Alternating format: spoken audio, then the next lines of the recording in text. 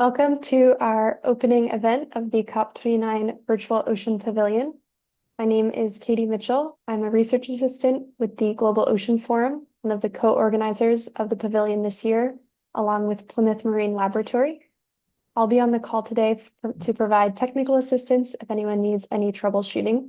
Before we start the webinar, just a few housekeeping and tips and tricks with this Zoom webinar.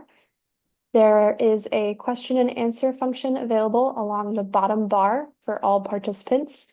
If you have any questions during the presentations, please enter them into that Q&A box so our panelists will be able to see them and respond. We will have translation services available through Wordly translation throughout this session. I've shared an invitation with all participants now. You'll see a pop-up message with the Wordly features that you'll need to accept to enable translation throughout this session. If you would not like to use translation, you can simply close this window and follow the webinar as normal. And with that, I will turn it over to our moderator for today, Professor Matt Frost. Thank you, Katie, and thank you all. Looking forward to this session. And it's going to be a very diverse and interesting session because we've got a lot of people from a lot of sectors online here, a lot of experience, a lot of expertise. And yeah, so welcome. And firstly, thank you. Thank you to all the panelists who've agreed to come and speak at this very important issue. Just very quickly, I'm Matt Frost. I head up the international work at Plymouth Marine Laboratory, and I have various other hats that I wear, but it's a real honour to chair this session. For those of you who don't know, this is the Virtual Ocean Pavilion in its fourth year. So the Virtual Ocean Pavilion is it's really important because it's free. Nobody's had to pay to log on and see this, and it doesn't matter where you are in the world. It doesn't matter whether you can afford the crazy hotel prices in Azerbaijan or you can't. Whatever it is, you are welcome to join this Ocean Pavilion, and that's why it was established. It's really about democratizing access to the ocean discussion at COPs. It promotes unity and inclusivity because, as I said, anybody can log on. There's no payment or cost to doing this, and I think with the increasing cost to attend COPs in person, even though myself and others will be there, and the reducing opportunities, I think the Virtual Ocean Pavilion now is probably more important than it's ever been. We still need to keep spreading the word that this is something that everybody can access. So one thing I will say is welcome to this session, but please go away and keep engaging and telling other people about the Virtual Ocean Pavilion, because it's a great way of getting everybody involved. I'd also like to thank the co-organisers who are running the Ocean Pavilion, and that's the Global Ocean Forum and Plymouth Marine Laboratory. And there are lots of partners across the globe we've worked with as well to make this work. So thank you all. We really think it's important that this runs and is free because of all the work that people have put in and all the time and resource people have put in freely. So that is great. In terms of today, in terms of this panel, as I said, I'll stop talking soon because we've actually got a really fantastic panel. I'll introduce them or let them introduce themselves as we go along, so we can get down to the discussion straight away. But what we've aimed to do today, and I think we've succeeded looking at the panel, is get a really broad range of sectors. Because what we're talking about here is getting a very wide, diverse range of perspectives, but also looking at opportunities for collaboration, national, regional, globally. So, as I said, I will keep this short. I think one other thing to say is that we also, in addition to COP29 as a focus, we've also got opportunities around the BBNJ Agreement. And also we've got the UNOC 2025 coming up. So this discussion isn't just about the ocean as at COP29. It's about the ocean more broadly, and it is actually. I always think it's kind of exhausting for us in it, but it's also really exciting to see the ocean get the profile it has at the moment.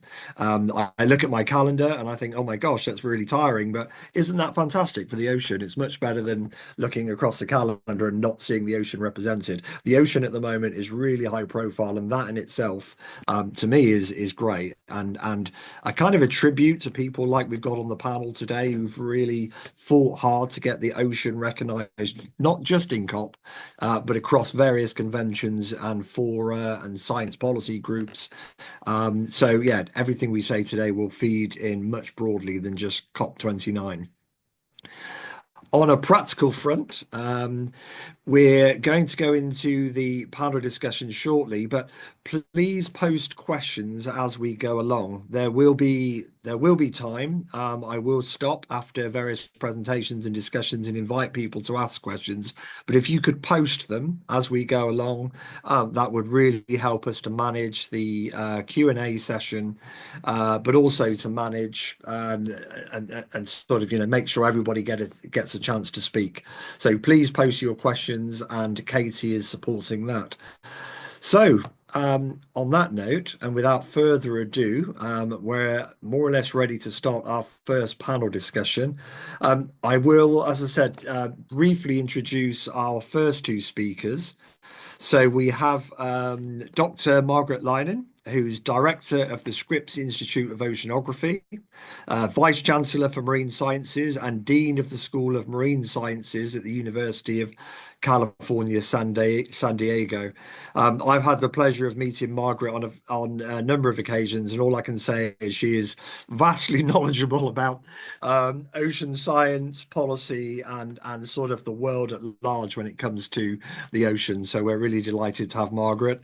And our other panelist in the open session is Dominic Patterson, Executive Secretary of OSPAR.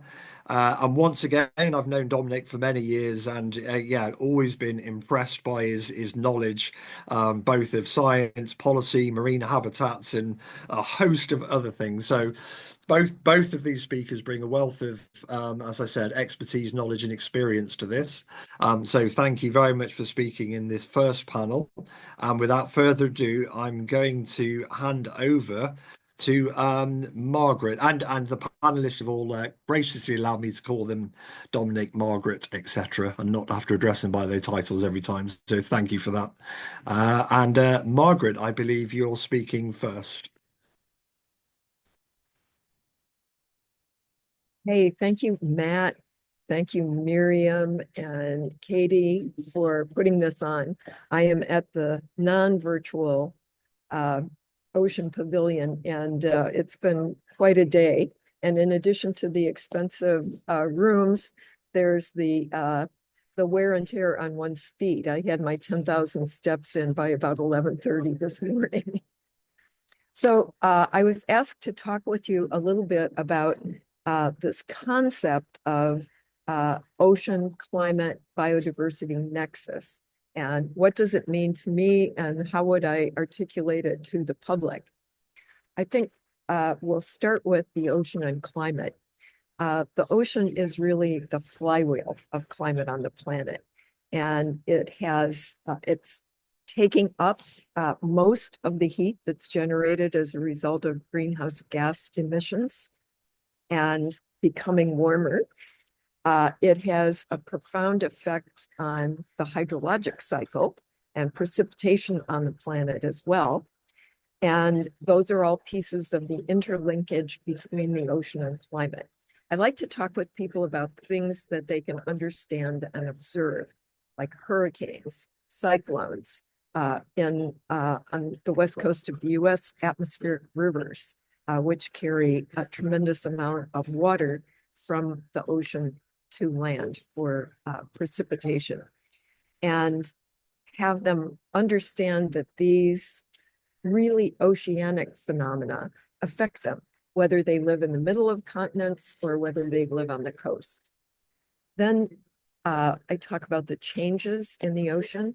It's warming And a result of that warming is that it's driving species from warmer areas in the ocean toward cooler areas so that they can adapt to the ecosystems. So we see a lot of fisheries in the northern hemisphere moving toward the North Pole, fisheries in the Southern Ocean moving toward the South Pole. Fishers are seeing that, and it affects their ability to fish for the species that they always did in their regional waters. So I think by, giving people some just everyday examples of things that they can see, we can bring this point across. And then what about biodiversity? Depending on which census of marine species we see, people talk about them accounting for between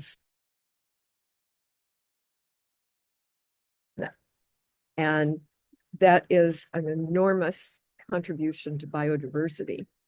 So identifying how that biodiversity is changing with climate that we feel like atmospheric temperature, but also that the ocean feels with marine heat waves and so forth is really, really important for us. So those are some examples of this ocean climate biodiversity nexus and the way that I think that we can talk with people about this, even if they aren't experts.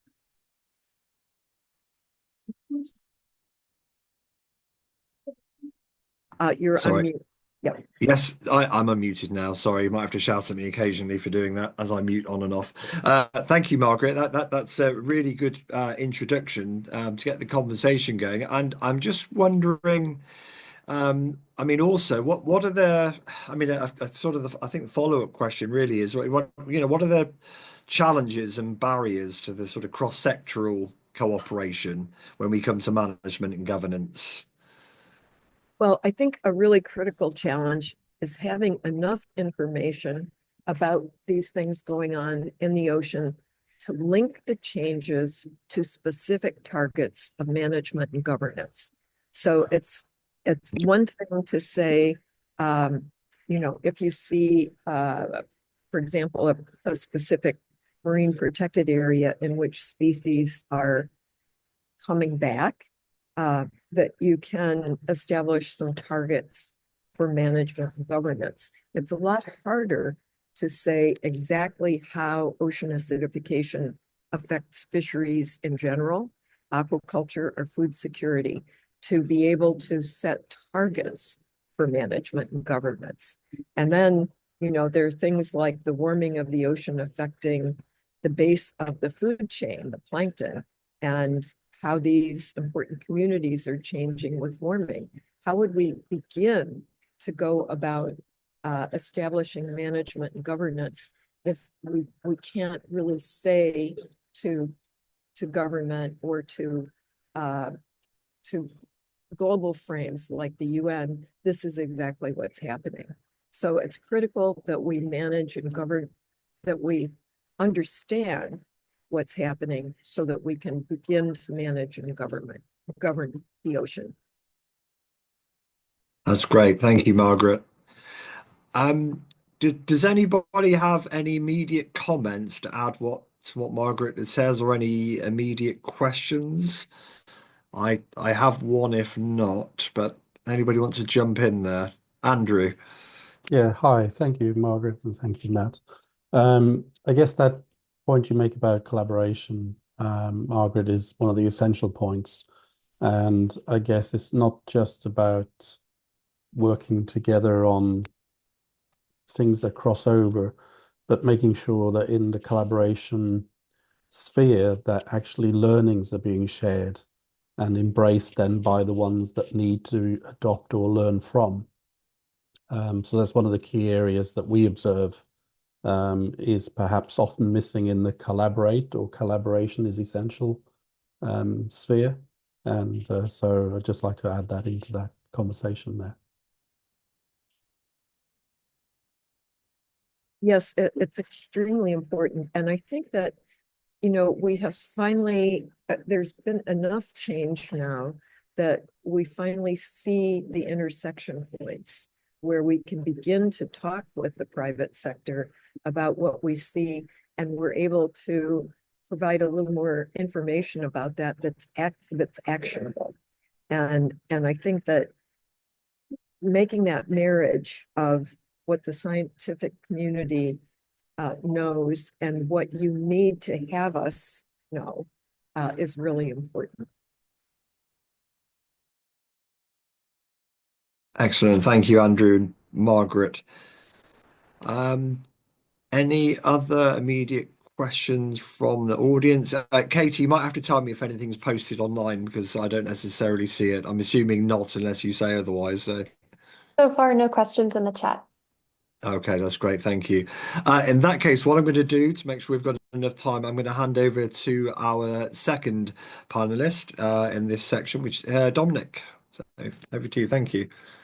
Yeah, thank you, Matt, and thank you for the invitation and the opportunity to speak at this event. It's I'm finding it already a sort of very useful sort of opportunity to share and to hear about sort of people's sort of thoughts and how to address that sort of ocean, climate, biodiversity nexus and the importance of that cross-sectoral collaboration. So just by way of brief introduction, because not everybody knows who OSPAR is. OSPAR is the Regional Sea Convention for the North East Atlantic. So we bring together the sort of 15 countries that border the North East Atlantic and the European Union to work together to address marine issues, mainly around protection and conservation of the marine environment, but also working with different sectors as well. And I guess building on, and I hope it's all right to call you Margaret, but not because we haven't met before, but building on Margaret's intervention, I can only endorse what Margaret was saying about the importance of evidence.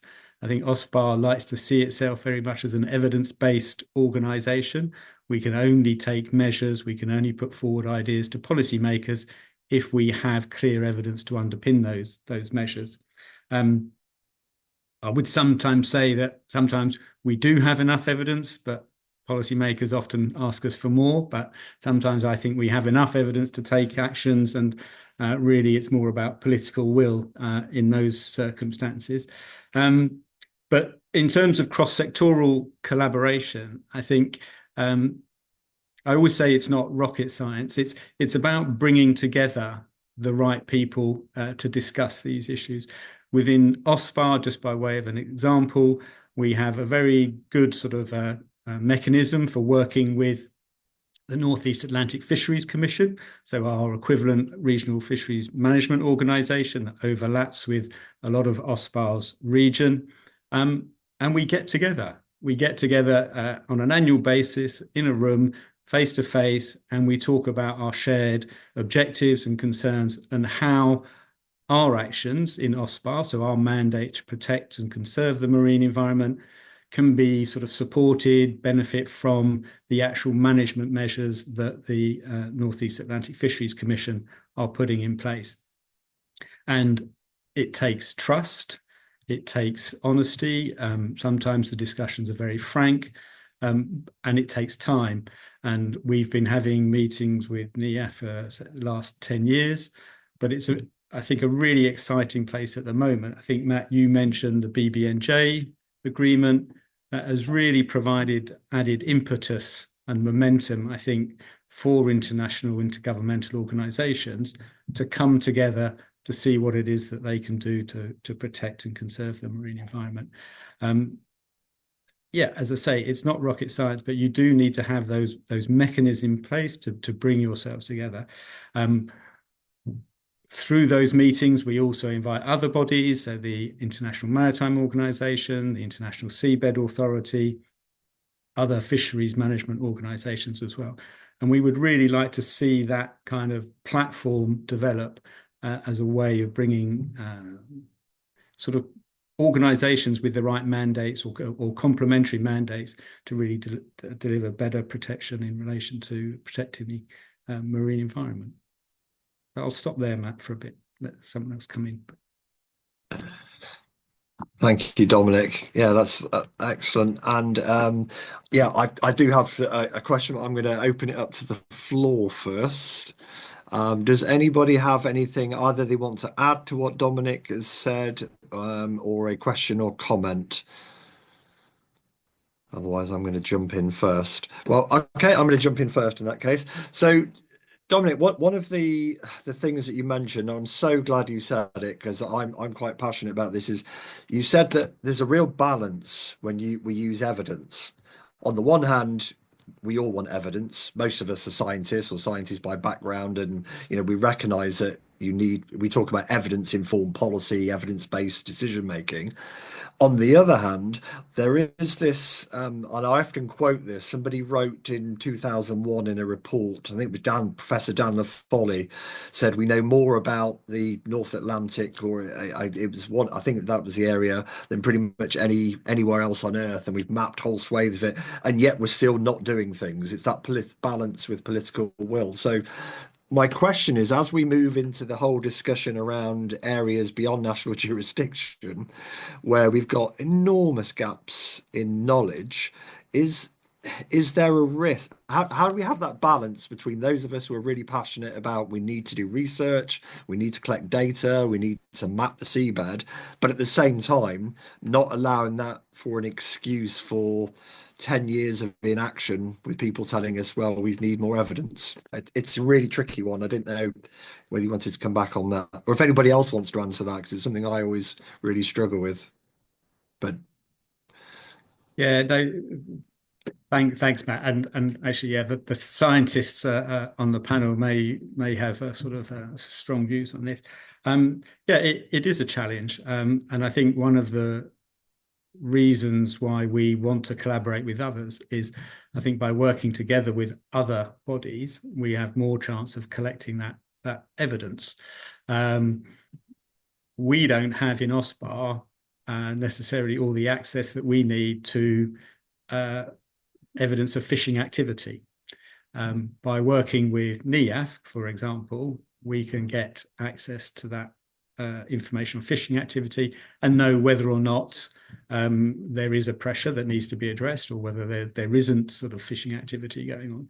And I think that is a real challenge. And yeah, the lack of scientific evidence out in areas beyond national jurisdiction, I think, is going to become an issue. We work a lot with observer organisations.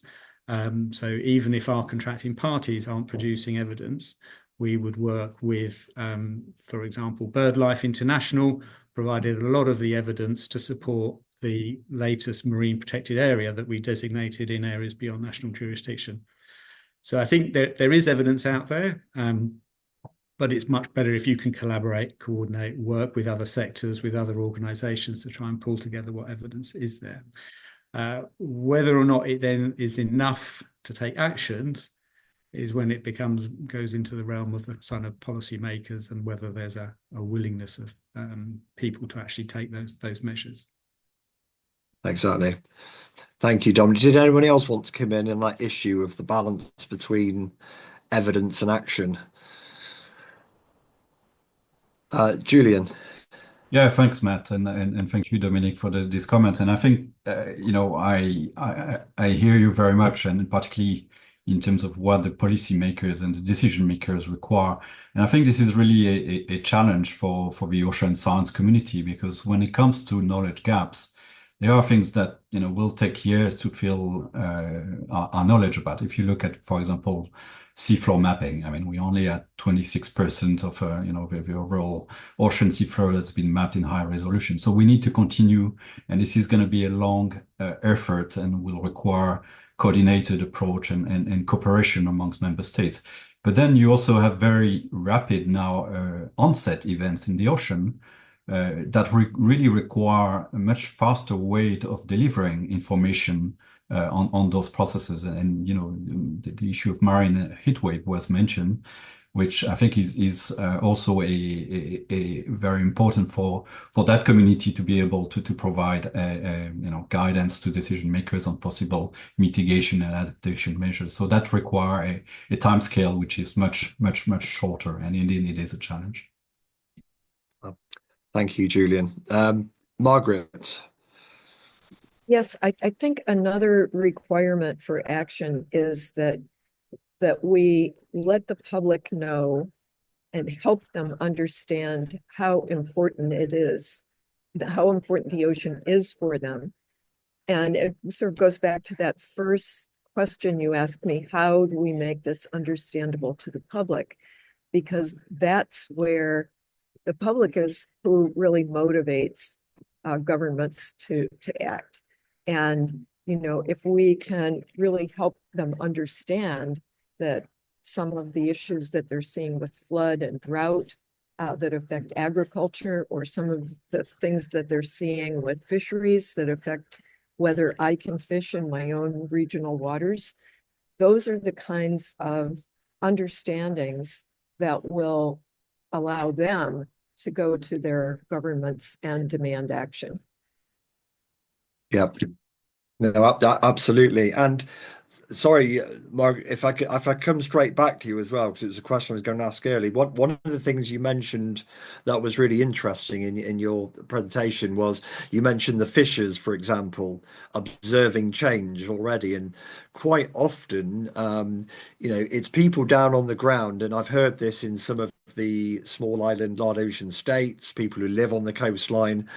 They're not waiting for big science organizations to tell them something's changing. They just see it. It's just happening in front of their eyes. And are we capturing that knowledge well enough? Are we bringing those people into the process? Because sometimes, you know, I'm sitting there waiting for, and I work with, well, Dominic knows this. I've worked with, you know, Department of Environment and that for years on these big assessment reports that can take months or years to put together.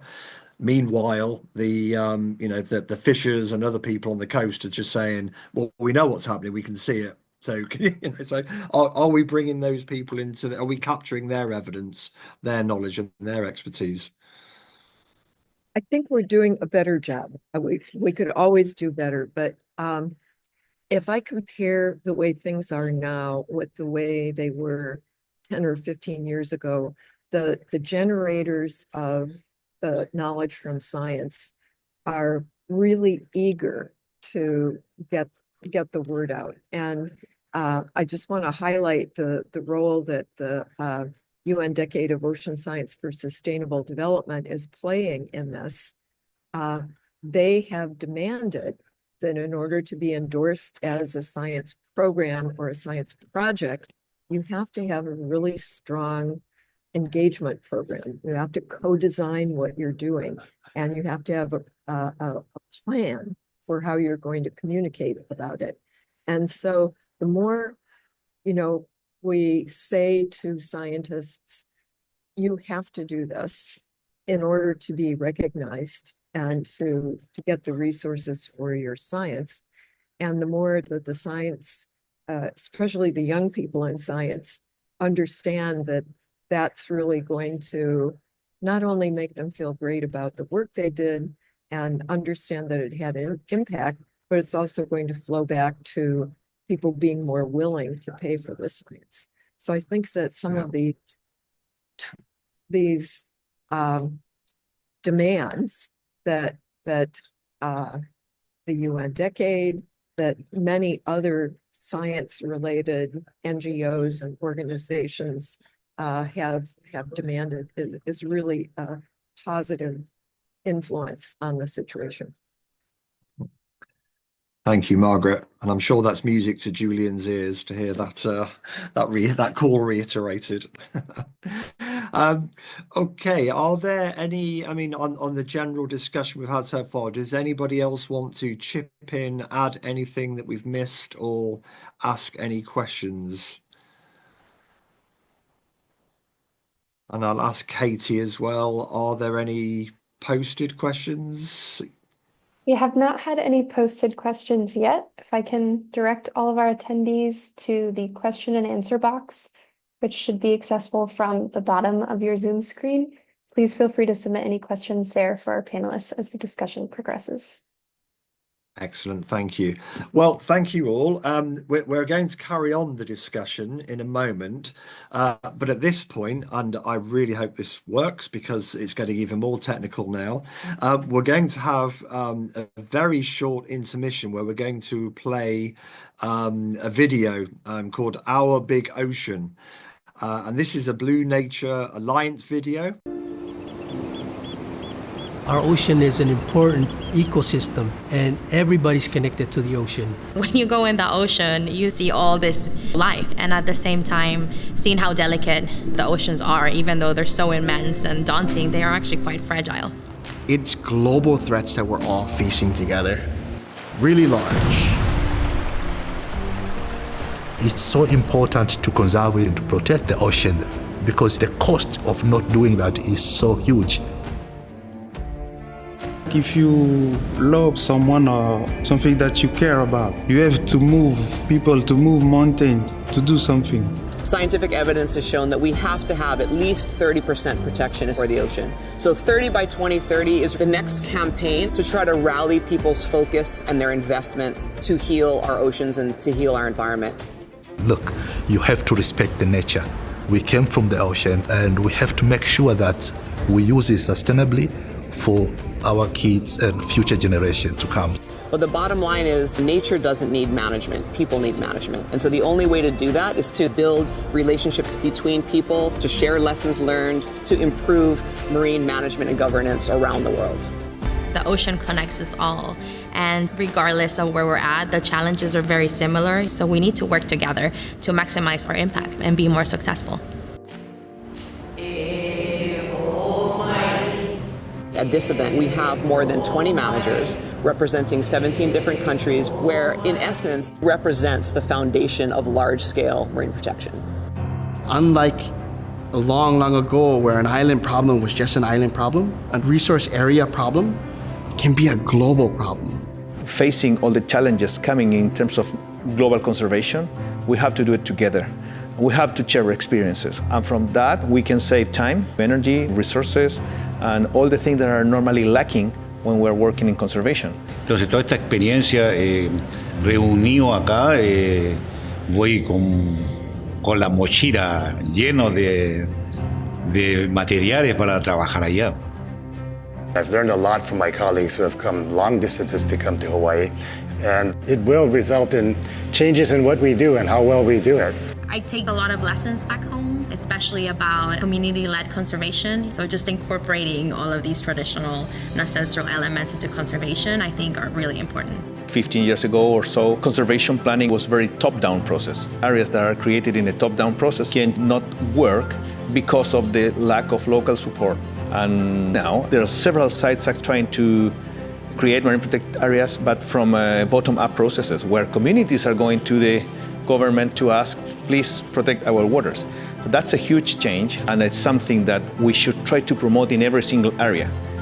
I see a lot of people who try to put more native knowledge inside conservation management. Indigenous people have been in connection with the resources for so many years, and the knowledge has been passed from generation to generation. So they know exactly what is going on where.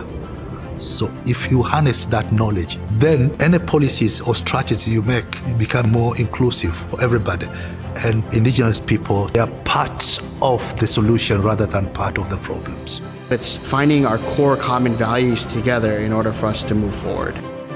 The vision for the future is one where we have healthy seas, where we have food security, fish are abundant, a stable climate so that our reefs survive. It's the whole food web that we're able as humans to be supportive versus destructive.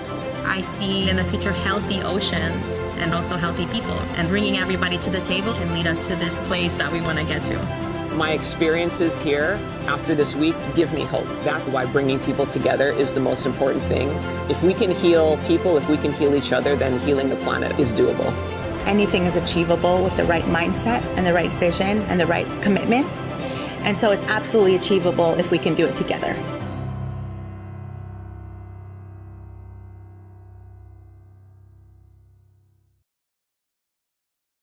So we're going to bring in the rest of our panelists now, who I will just briefly introduce. You should have seen the full biographies, but we have Dr. Philemon Manoni, who's the Pacific Ocean Commissioner. We have Julian Barbet, who's the head of IOC Marine Policy and Regional Coordination Section and coordinator of the UN Decade of Ocean Science for Sustainable Development that Margaret was just mentioning.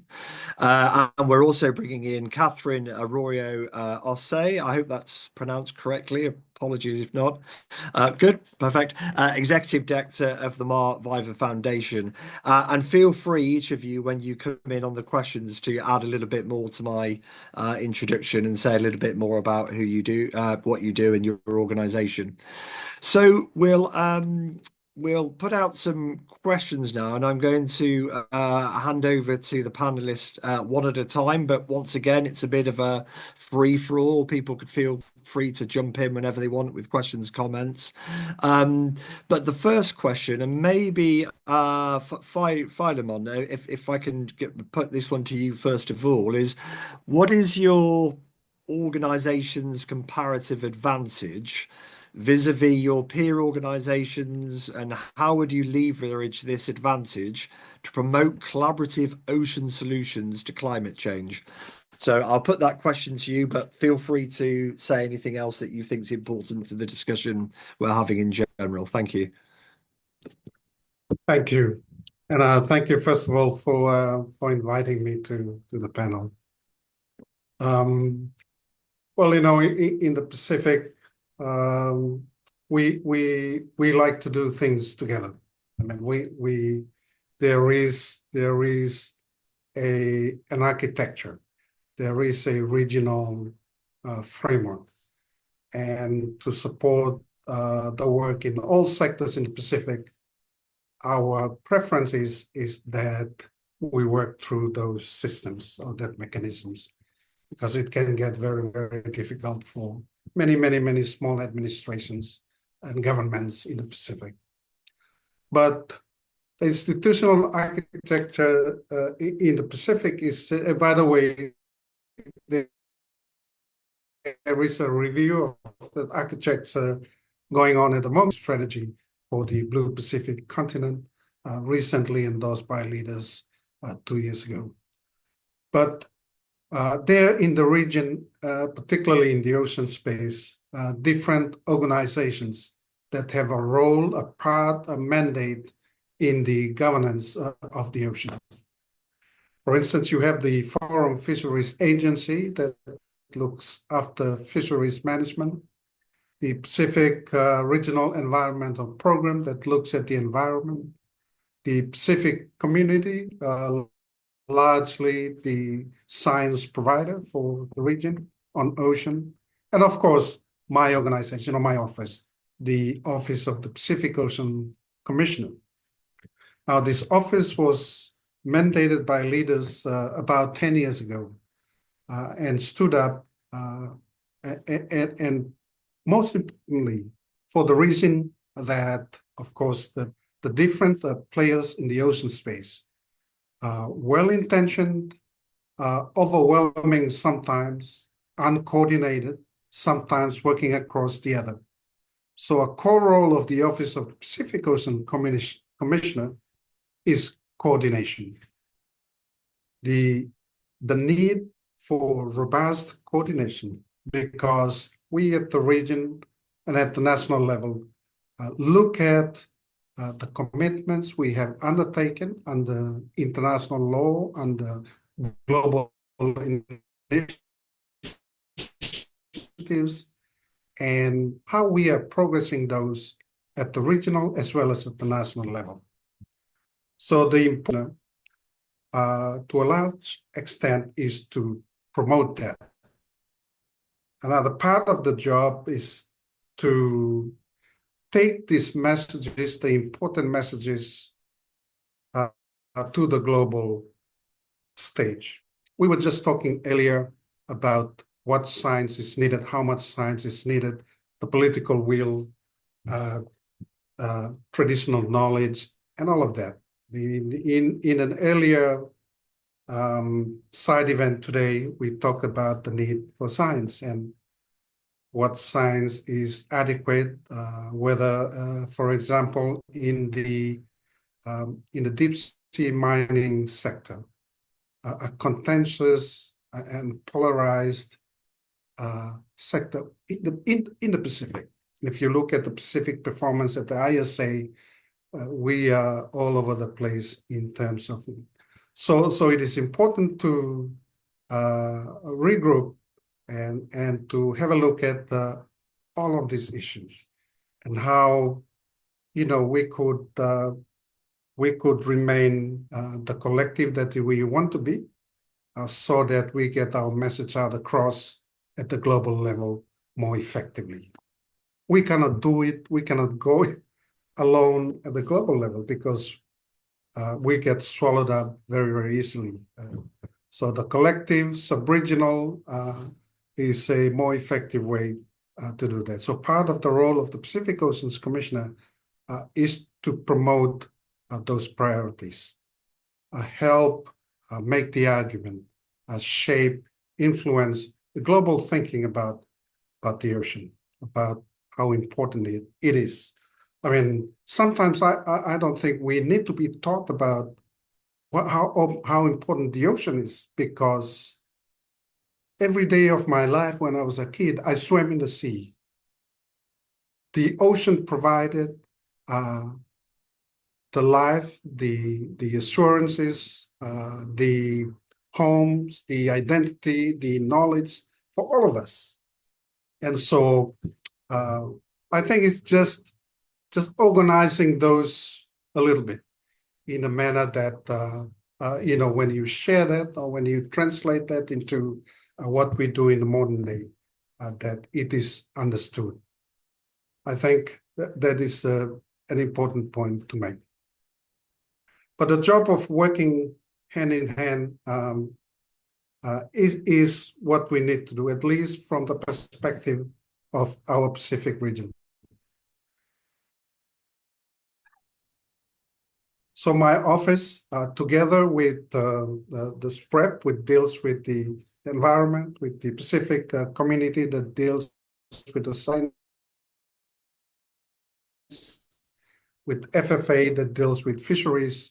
A few weeks ago, I went to an integrated ocean management workshop, which opened my eyes to the possibilities that we can have a look at in order to ensure that the ocean is governed holistically, that the ocean is one single ecosystem that runs from north to south and east to west, and there are no barriers in the ocean, that we artificially many times talk about different parts of the globe. But I think if we leave those barriers and those the framing around that out for a while and just look at the ocean as one single ecological system, then maybe that would be a good way to start the very serious discussion about ocean governance. What you do on your side of the globe, what I do on my side of the globe, and what the others do on the side of the globe, and how they impact all of our lives. So this is sort of the picture that we want to paint in the Pacific, that we want to be putting resources together, working through the different organizations in the region. And for those who want to come and support the Pacific, to work through these organizations. And I think one advantage or one key role that the Office of the Pacific Ocean Commissioner, I think, can perform is to serve as perhaps that pipeline. Already, we are mandated by leaders to support the work at the country level with regards to the review of the BBNJ Agreement, possibilities of ratification in a timely fashion, hopefully before UNOC next year. And we are approaching this with about 17 partners and OPOC coordinating the support that is needed and provided through these partners. In the negotiations on the BBNJ, OPOC provided the same type of leadership and coordinated partners and advisors and technical people to support the Pacific negotiations. So I think if there is a,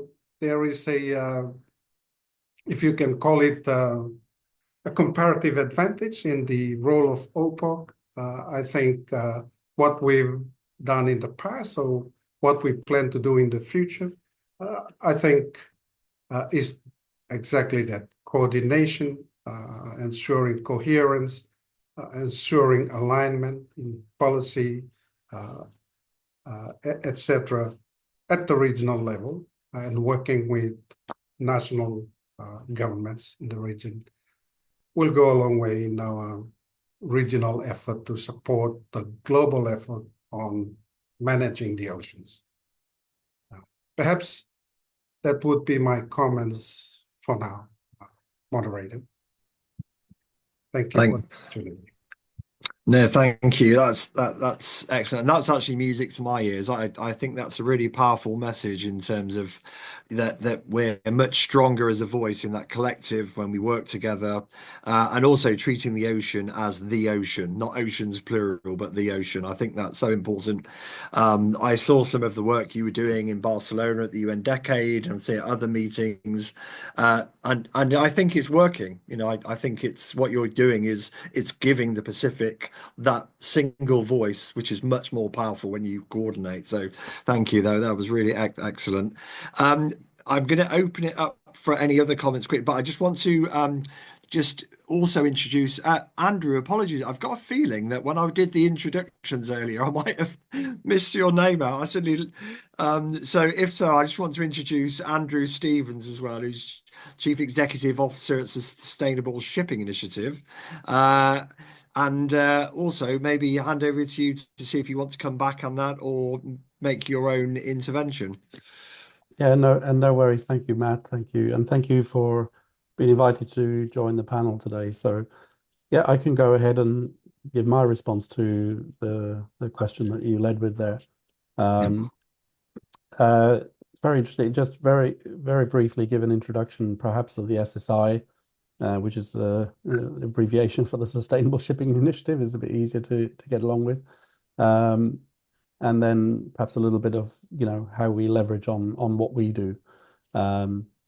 SSI is a member-led organization. We're made up of 15 high ambition industry actors from across the shipping value chain, who are focused very much on driving and acting on systemic change across the maritime ecosystem.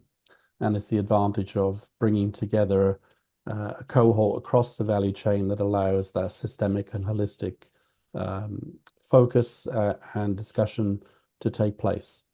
Since 2010, when we were formed, we brought together ship owners, operators, managers, banks, financial stakeholders, cargo owners, classification society, non-profits, ports and service providers in that ecosystem within the membership to advance environmental, social, and socio-economic goals for a sustainable shipping industry. Partnering and collaborating with others then around that ecosystem of who's inside the SSI, whether it's academia, other non-profits, or other industry actors has been essential, including regulators from time to time, although we're not working in the policy space ourselves. As our work looks at sustainability from a systems perspective, we launched a roadmap for the industry to a sustainable shipping industry in 2016, and we updated this in 2020. And we're now very much focused on picking each of the 6 vision areas, which are oceans, communities, people, transparency, finance, and energy, and updating each of these based on horizon scanning and engaging with the industry and society at large. In terms of what we believe the change is accelerating and urgent action is needed. I think there's very much a lot of things where the future is coming to shipping, and shipping is, as I put it, is sort of fast moving but slow to change as an industry, and much to learn from other sectors to jump the curve on what can be learned. We also believe that sustainability issues are interconnected and require a systems approach, a lot of joined up actions to be taken, even across the vision areas, the 6 vision areas that we try and parcel things off into within the roadmap. And investing now will deliver for company, society, and planet in the long term. I mentioned earlier that collaboration and partnering is essential, and that is also about sharing learnings, as I also mentioned and touched on earlier, whether that's across sectors. There's much to learn for shipping from other sectors, and in particular within, there's usually the commercial and financial barriers that prevent some discussions happening because of proprietary protective concerns, etc. But from a sustainability, I think everybody will win all round, whether you're in shipping or connected to shipping, if learnings can be shared and accelerate what we know and what we act on. We are currently engaged in terms of how we leverage what we do. We're currently engaged in a project focused on identifying key ocean health and biodiversity issues that relate to the shipping activities. And this will be reflected in a roadmap, which will complement our own higher level roadmap that will inform and further raise awareness and commitments and actions needed by stakeholders in or with shipping. And we believe that shipping, based on our own members' discussions and discussions with others, is moving from just treating the ocean as a highway or one of its operating environments to see it very much as a living ecosystem and taking its responsibility to act positively and make positive impact and progress from what it prioritizes amongst its usual concerns around financial sustainability. Hopefully that gives an input of where we are, what we focus on. That's great, thank you. And that it's really nice hearing how the different challenges of the different sectors, from Philemon working across the sort of Pacific Islands, and then you working with industry and looking at some of those proprietary and financial barriers. So it's really nice that everybody's got the same aim. It's that collaboration. We've just got within our sectors or areas different challenges. I'll just briefly ask whether there are any questions or comments for Andrew or Philemon before I bring in our next couple of speakers. I'm going to assume there's nothing in the chat unless Katie tells me otherwise. We have not yet received any questions in the chat, but we do have a raised hand. Okay, well, let's take a raised hand now. So that was me, Matt. Yes, no, go ahead, Dominic. Yeah, no, and thanks to all the other speakers. And as you said, Matt, there's lots of common challenges and approaches. I think this idea that Philemon was explaining about the sort of added value of regional cooperation to tackle actually both, I think, national, regional, and global objectives is really well made. I just wanted to ask Andrew, and it's not to put you on the spot, Andrew, but it's one of the working with a global industry like shipping. One of the challenges we have is that we sometimes are in a position to move faster than the global sort of bodies, not just shipping, but in other areas too, and sort of want to kind of at a regional level we might be ready to go, but lots of our contracting parties kind of look towards the IMO and say, well, actually we need to operate at that global level, which can take longer. And obviously there are benefits of operating at that global level. But I wonder whether you had the same challenges being a kind of sustainable sort of initiative, whether you as a group of organizations are pushing faster than maybe the rest of the industry. And if you've got any tips or tricks of how to get the whole of the sort of sector moving a bit more quickly. Yeah, I recognize, Dominic, very much what you're describing there. And I think the history of shipping is that it's mainly changed and advanced due to regulation. But, things like the BBNJ or the sulfur cap and so on. You know, they take many years. They take, you know, I think sulfur cap 10 years or something for the IMO as its regulator to put things in place. And as I mentioned, we're made up of ambitious leaders and inspiring other leading organizations that are not in the membership to act requires us to not work on the policy side, because many others are doing that, but to provide useful thought leadership, evidence-based ways forward, pathways, but where possible, tools that can accelerate adoption, because I think that is where things need to move from, you know, the talking and perhaps explaining how things can be done, but actually providing some kind of method for adoption and looking for hosts to then adopt, because obviously we're a small NGO, registered charity, we're not an operating unit, so we require some of the key stakeholders, like-minded, etc., then to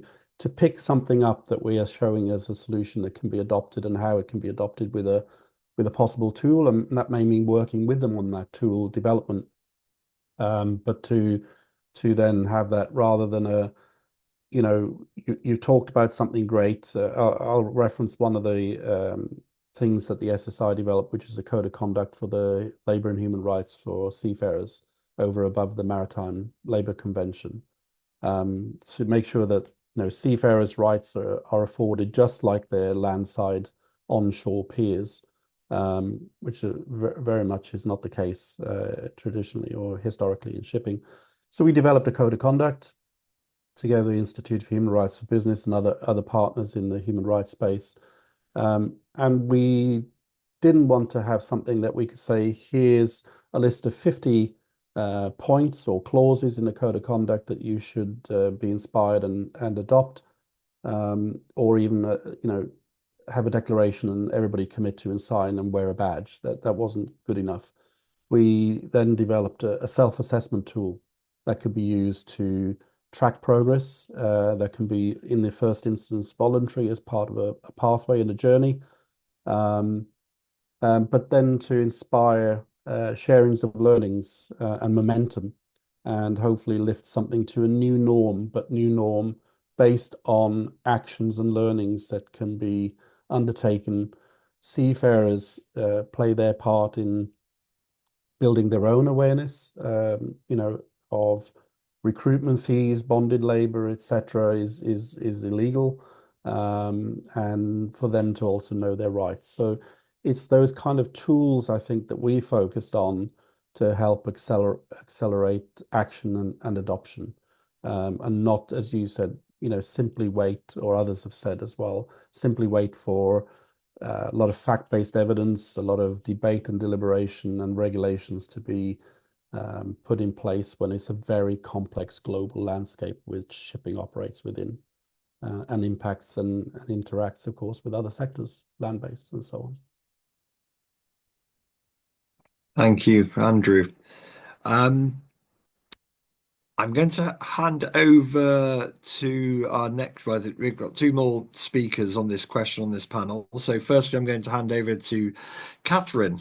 So did you want to come in on this issue of promoting collaborative ocean solutions and kind of following up on what the other speakers have said, a little bit more about yourself as well. So over to you, Catherine. Thank you. Thank you, Matt, and thank you for the invitation to be part of this panel. So yes, first let me introduce Marviva. Marviva is an NGO. We are based in Costa Rica, Panama, and Colombia. We've been working in the region for over 20 years, promoting the effective conservation and sustainable use of the Eastern Tropical Pacific. We work based on evidence. Science is our key pillar, and we promote advocacy. Policy advocacy is the backbone of Marviva, and strategic communications before different types of audiences. And in this context, I'd like to start by saying that, well, I think that by definition, working effective ocean governance means working in a collaborative, intersectoral manner. bringing and also it is relevant to ensure that we bring global ocean action to regional empowerment and then to local and national action. And also in that sense, so coordination is key to provide something that's essential for effective ocean governance, which is coherence. It has been mentioned here before. Moreover, coherence in accordance with an ecosystem-based approach. So the fact, I think that's something that's important, the fact that an organization like Marviva is regional. It was conceived in the region, and it has specialized for so many years in the context. This has provided us to optimize something that's relevant, very relevant, which is our relationship with the most important stakeholders and whose awareness and action is crucial to promote ocean solutions to climate change. And building trust, it is crucial for effective collaboration. So for instance, we make sure we establish systemic relationships with coastal territories and communities. And this has allowed us to have facilitate engagement, which is key and very relevant to advancing projects aligned with the commitments of the Paris Agreement.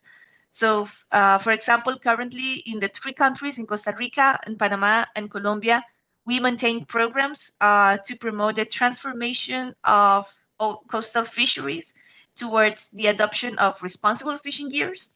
And we do this also by building ownership of this initiative, by engaging and providing communities to take the lead on participatory fisheries monitoring programs. And also, one of our roles is facilitating the engagement or the partnerships with the private sector. More recently, in the context of advocacy, but with the expectation or ideal that the communities are the spokespersons themselves, we have promoted knowledge and information about the links that certain destructive fishing activities may have on the deep sea and their impacts, therefore, on the climate crisis. Also, I like to share experience we're having right now provided with the support of ORA.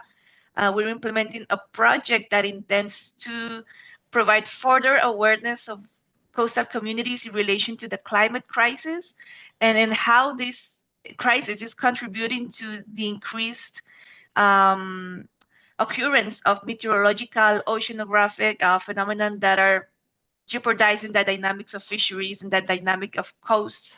So we're supporting the fishing sector also to promote advocacy before the insurance sector for them to elaborate new products aligned with the necessities and the challenges that the fishermen and fisherwomen are dealing right now in this new context. That on one hand. And on the other hand, I think that over these over 20 years of expertise in the region and promoting action from the region has gone hand in hand with a consolidation of a certain type of added value that is timely. It is very important to promote ocean action in the climate agenda. For example, so we have a mandate to carry out, as I mentioned before, political and media advocacy processes based on scientific knowledge, and having technical supports in staff in-house that are supporting the translation of science to policy, or that are promoting or raising awareness before the scientific community about how science should be actionable for policy. This has bring us very close to one another. And for instance, in that context, we're also implementing projects that are going to impact the governance of the ICEMAR, which is the Eastern Tropical Pacific Marine Corridor. And particularly, we're working along with the University of British Columbia with the support of the Landfast Ocean Program to establish information to create management strategies resilient to climate change in the ICEMAR. So that's going to include objectives such as addressing the impact of ocean warming and deoxygenization, assessing the changes in species distribution, and providing, based on these, recommendations for climate-informed management and enhancing the climate resilience within the network of MPAs, of transboundary MPAs that are currently established and that we're looking forward to establishing in the future within this region. And that brings another topic that's key for effective ocean governance and that requires collaboration as well, which is marine spatial planning. We rely on marine spatial planning. We should keep promoting awareness on the importance of these types of tools. And I'd like to say just one last note on something that was mentioned before in this conversation and how the BBNJ momentum has also raised awareness on the potential that the current governance hybrid structure have, the instruments that we have already been in place for a while, and that now in the context also of the not undermining principle acknowledged by the treaty, in looking forward action in accordance with a precautionary approach. So we're also moving forward with processes supported by the IMO and Central American countries to eventually establish the first PSSA in the high seas in the Costa Rican thermal dome areas. So eventually, I like to keep Andrew posted on this process. And that's something that's quite encouraging. It's challenging, of course. The thermal dome, it's an upwelling system in the region that's persistent yet dynamic. So most of the time, it's going to be in the high seas, but some other time of the year, it's going to be within the exclusive economic zones of Central American countries. So this is absolutely a challenging. It's a wonderful challenge. We've been moving forward discussions for a while before Central American government and the SICA, which is the regional agency that adopts agreements in relation to the environment, to fisheries, to navigation. So now we're working along with the navigation chapter of IMO in Central America, trying to move forward these discussions. And actually next year, we're going to start doing the workshops with the IMO support. But all this just to say, collaboration is key, and also relying and putting more pressure also on leveraging the current governance instruments that we have. I think that's key to promote sound ocean governance. Thank you. Thank you, Catherine. That was another excellent intervention there, and I'll open up for questions in a minute. I mean, but just to come straight, what I loved about some of the stuff you said there. I mean, at one point you were talking about working with local fishers and building trust and letting them lead on projects, and the next minute you're working with the IMO on the BBNJ, and I just love that sort of the whole scale of your collaboration there, right from the sort of the almost like the bottom end. If I know it's not the bottom, but for once of a better phrase, right through to the sort of high level big government organizations.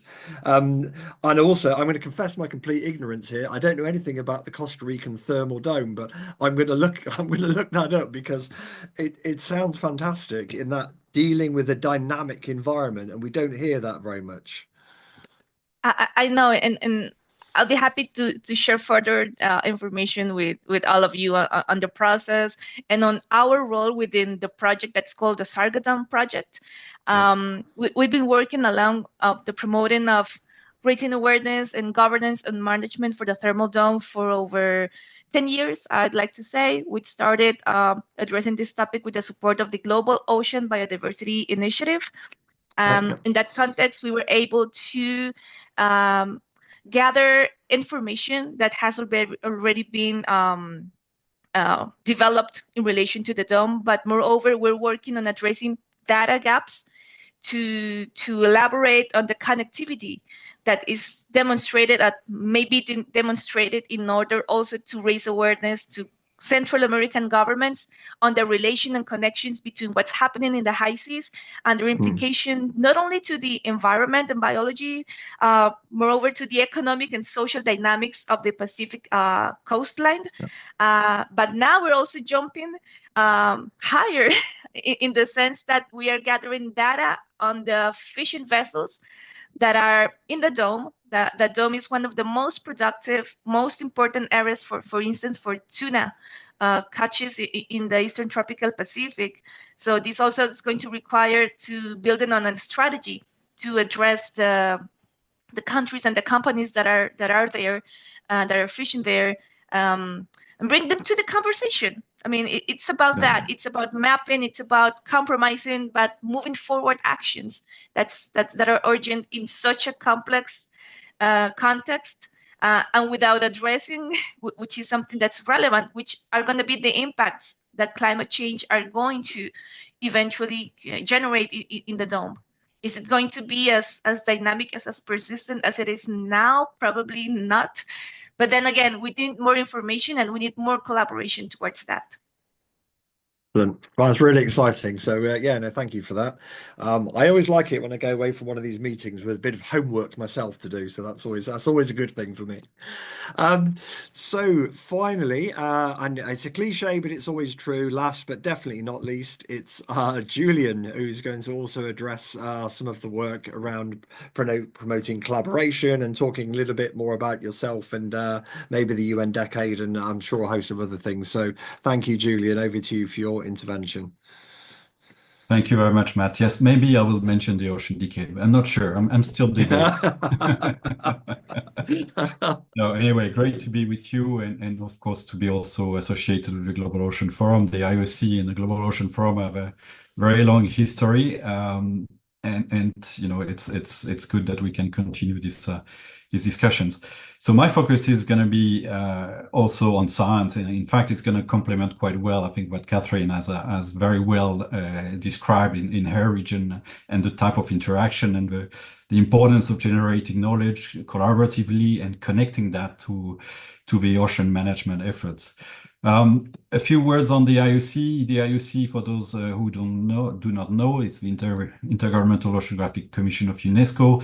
It is the UN body with a focus on ocean science. So we are an evidence-generating organization, just to use that terminology, with a focus on coordinating ocean science and particularly through research, ocean observation.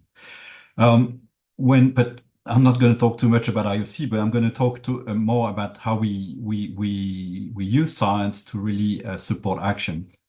And when we look at those very important ocean frameworks, ocean governance frameworks, whether it's the SDG 14, the climate agreement, the CBD, the UN Ocean Conference, then comes the realization that the achievement of those goals, both at regional but also national level, really requires timely ocean science and knowledge. And that is really the basis for generating a few years ago, and with a few strong allies, and one of those is with us. I want to also recognize the role of Margaret in that process, who was really one of the thought leader that helped to structure the ocean decade. And the decade is very much has these goals to generate that critical knowledge that we need, but also to provide a framework for collaboration amongst diverse actors, not just scientists, but also bringing in the private sector, bringing in end users, governments, decision makers, academia, of course, knowledge, indigenous knowledge holders. All of those are key stakeholders in that process. And the decade is working around the world to very much co-design and co-deliver solutions to come up with some solutions to address some of those very important issues in relation to climate change, but not only, and also in relation to pollution, in relation to food security, to the blue economy. Since for the last 4 years, since the decade has been established, we have now very much a global and coordinated movement, which is fast-tracking knowledge generation, dissemination, and use. We have so far about 56 international programs that have been established, 440 projects who are working around a set of common objectives, and those are the 10 decade challenges, and working through a coordinated ecosystem. And that's very important because there's synergies and there's collaboration amongst these initiatives, so that they can really co-design and generate and identify where are the investments required in vis-a-vis certain areas. We are also supported through a network of 12 decade collaborative centers that provide expertise and regional leadership to implement the decade in the regions and working with member states. So that really means that we have, and I think, after those few years, a pretty effective vehicle to address some of those knowledge gaps that are impairing development of viable climate mitigation and adaptation solutions. And if I was going to somehow trying to summarize what are the 3 or 4 areas where the decade is really working in generating knowledge vis-a-vis the ocean climate nexus, I would start maybe with ocean observation, because ocean observation is key to improve, the accuracy of climate projections, of weather forecasts, for early warning systems, for many other things. And we know that, we have an insufficient baseline data currently when it comes to ocean observation. So we need to enhance geographically, but also thematically those ocean observing systems, and we need to sustain them over time so that they can continue and generate this data for multiple services and uses. We need, the decade is also working on on multiple stressors, in particular, trying to understand the cumulative impacts of warming of oceans, of deoxygenation, of acidification. We know some of those processes on a single basis, and we have a pretty good understanding on how things are evolving, and not very well, I'm afraid. But I think we need to also combine this knowledge to better understand, ocean health and ecosystem functioning as a whole. And I think this is why those collaborations are so important. The third area I would say is the deep ocean, where even, I mentioned the ocean mapping, but when we look at biodiversity, the marine biodiversity in deep ocean areas is largely unknown, and we need to better understand how this biodiversity is being affected by disturbances, but also by climate change. Coastal resilience, I think, is also an important area with nearly 1 billion people living on the coast and low-lying areas. So there, I think it's key that we deliver equitable, co-design, and solution-based adaptation strategies based on science. And then finally, the fifth area is nature-based solutions, which is also an important tool for equipping countries and coastal areas, particularly looking at the importance of coastal habitats and the capacity to sequester carbon, in particular seagrass, wetlands, and others. And then again, we need to have more research to protect and restore these valuable blue carbon ecosystems. And a lot of I think, information and generation information which is generated through those research programs and so on, I think also contribute to building this ambition of a digital twin of the ocean, where basically stakeholders are also able to access data on the present state of the ocean, but also in terms of prediction. So this is also one of the, I guess, ambition of the decade by the end of the decade, to have that much faster access to data and information on almost real-time basis.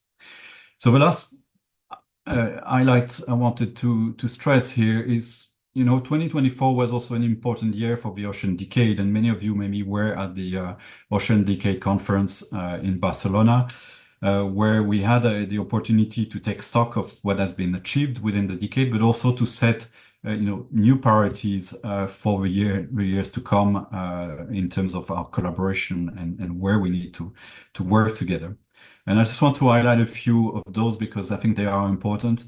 Of course, the better understanding of marine carbon dioxide removal, MCDR, is an area where we really need to have authoritative science and really that can contribute to future policy and regulations development.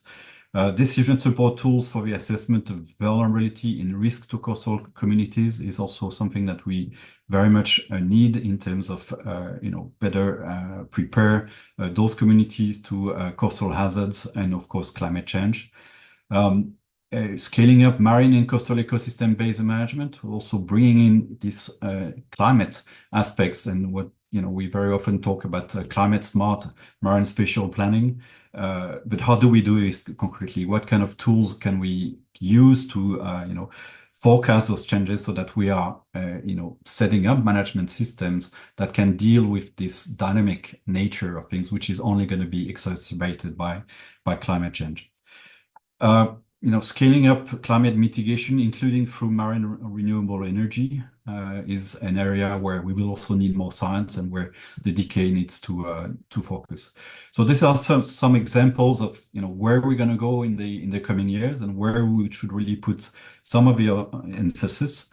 But within that, we need to also address the issue of financing, because we know that one of the challenges we have when we talk about ocean science is it is very much science on a project basis, and we need to move towards that, kind of new paradigm, like in meteorology, for example, when we have sustained, ocean science services that are, not a luxury, but a requirement, and we cannot do without those for informing, ocean management, the blue economy, and so on.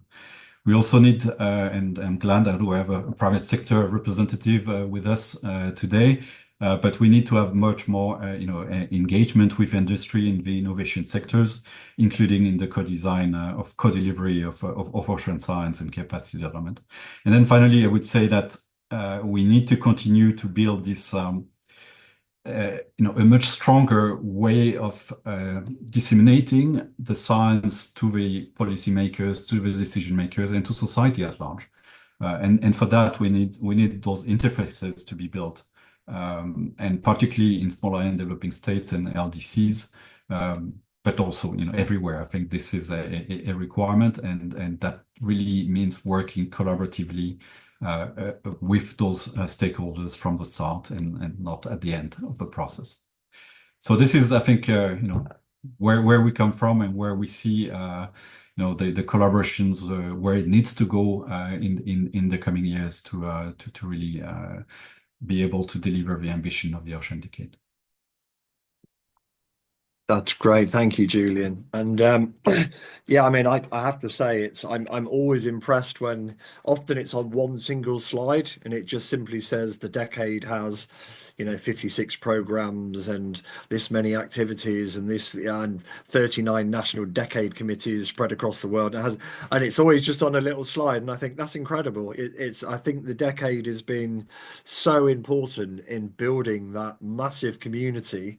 And one of the other things I really like about it, and you mentioned it there in Barcelona, is there are a lot of these programs and conventions and other things that they go on year after year, and sometimes I'm not even, I mean, maybe I don't sit at the right tables, but that honesty of doing a stock take to get halfway and have a Vision 2030 process, the midterm evaluation, and actually not just do a stock take of where we are, but to do that transparently with the whole marine community, to actually go to everybody and say, how are we getting on here? Where are these gaps? Where are there still gaps we need to fill?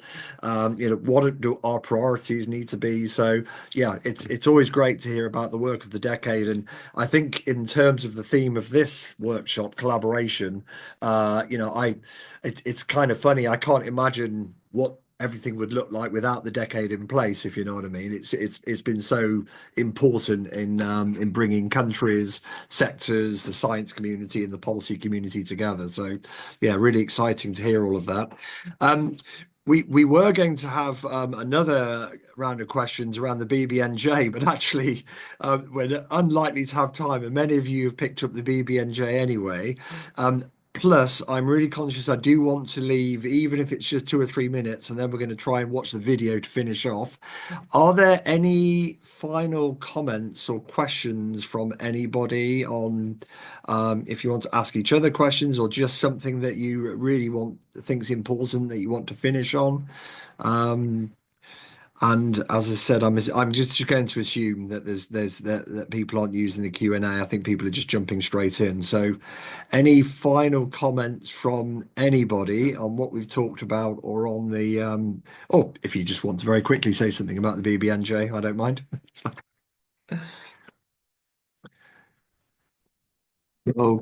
Okay. In that case, we might come back to questions in a minute if we have another epic fail when it comes to the technology. So, but just in case it does work, I'm going to hand back over. I think Takeler is online to try and get the video to work. So, thank you so much for that, and we'll be back in a moment to just finish up. But let's just take a break to watch the video. Thank you.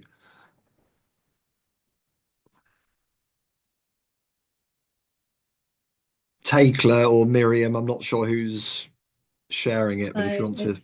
It's Takeler, sorry, Matt. Miriam and Katie, I've tried to share and it won't let me click share the sound, so I'm very sorry. Oh, so it's not working from there either. No, sorry. Nope, that's fine. We gave it a go. The video was not to be. So let's finish up in that case with some final comments. And I see Philemon, you have your hand up, so if you want to jump in.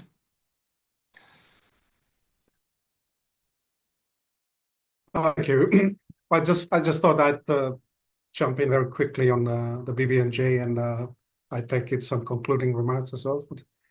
Yes, so no, we from the regional perspective, Pacific celebrated the endorsement of the BBNJ Agreement last year. We thought last year was a very good year for the ocean, and as we look ahead to, I mean, we look at it as finally we finally have a framework that could allow us to properly manage and conserve biodiversity beyond national jurisdictions. I mean, yes, the Convention of the Law of the Sea does provide us freedoms, but we do not believe that the Convention did that as a blank check. We think that there are some safeguards, some railguards to some due regard is a big terminology in the Convention to do that. And just to say, that Pacific is also working very hard to see where countries stand on potentially ratifying the agreement.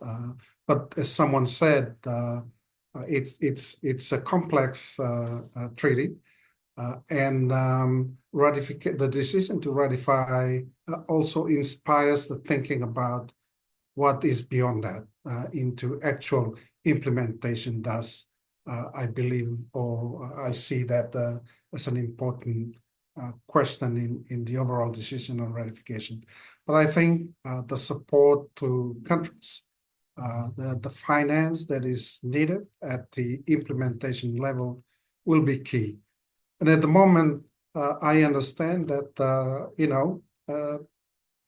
people are already looking at strategies on what the MPAs could look like, and working in anticipation or in preparation for the eventual entry into force of the agreement, and then to go to COP with suggestions. But from the Pacific perspective, we are very, very interested in seeing how this treaty goes, to look at the timelines for that. And we've been working, albeit being very mindful that ratification decisions are sovereign decisions, but we do what we can as a region to support each other in our review of the agreement. We put a lot of work into the agreement. We put a lot of effort to get traditional knowledge and all of that as part of the treaty. And we are looking forward to a treaty that would support effort in areas beyond national jurisdiction. That's great. Thank you. And does anybody want to jump in and add anything, particularly in relation to BBNJ? Yeah, if I can, Matt. Go ahead. Yep. Yeah. Thanks, and thanks, Philemon, for those comments. I think OSPAR has had was engaged in the negotiations as an observer organisation on the BBNJ treaty, and collectively we were very pleased to see it finally getting over the line after such a long time. we have I think 40% of our area is in areas beyond national jurisdiction. We already have a network of MPAs in areas beyond national jurisdiction that only applies to our spark contracting parties. But as I said earlier, I think we've already seen the kind of boost that the BBNJ agreement has given to how do we get those MPAs to be more effective? How do we get sort of more real management actions put in place? I've heard of the thermal dome, Matt, so I've got one up on you there.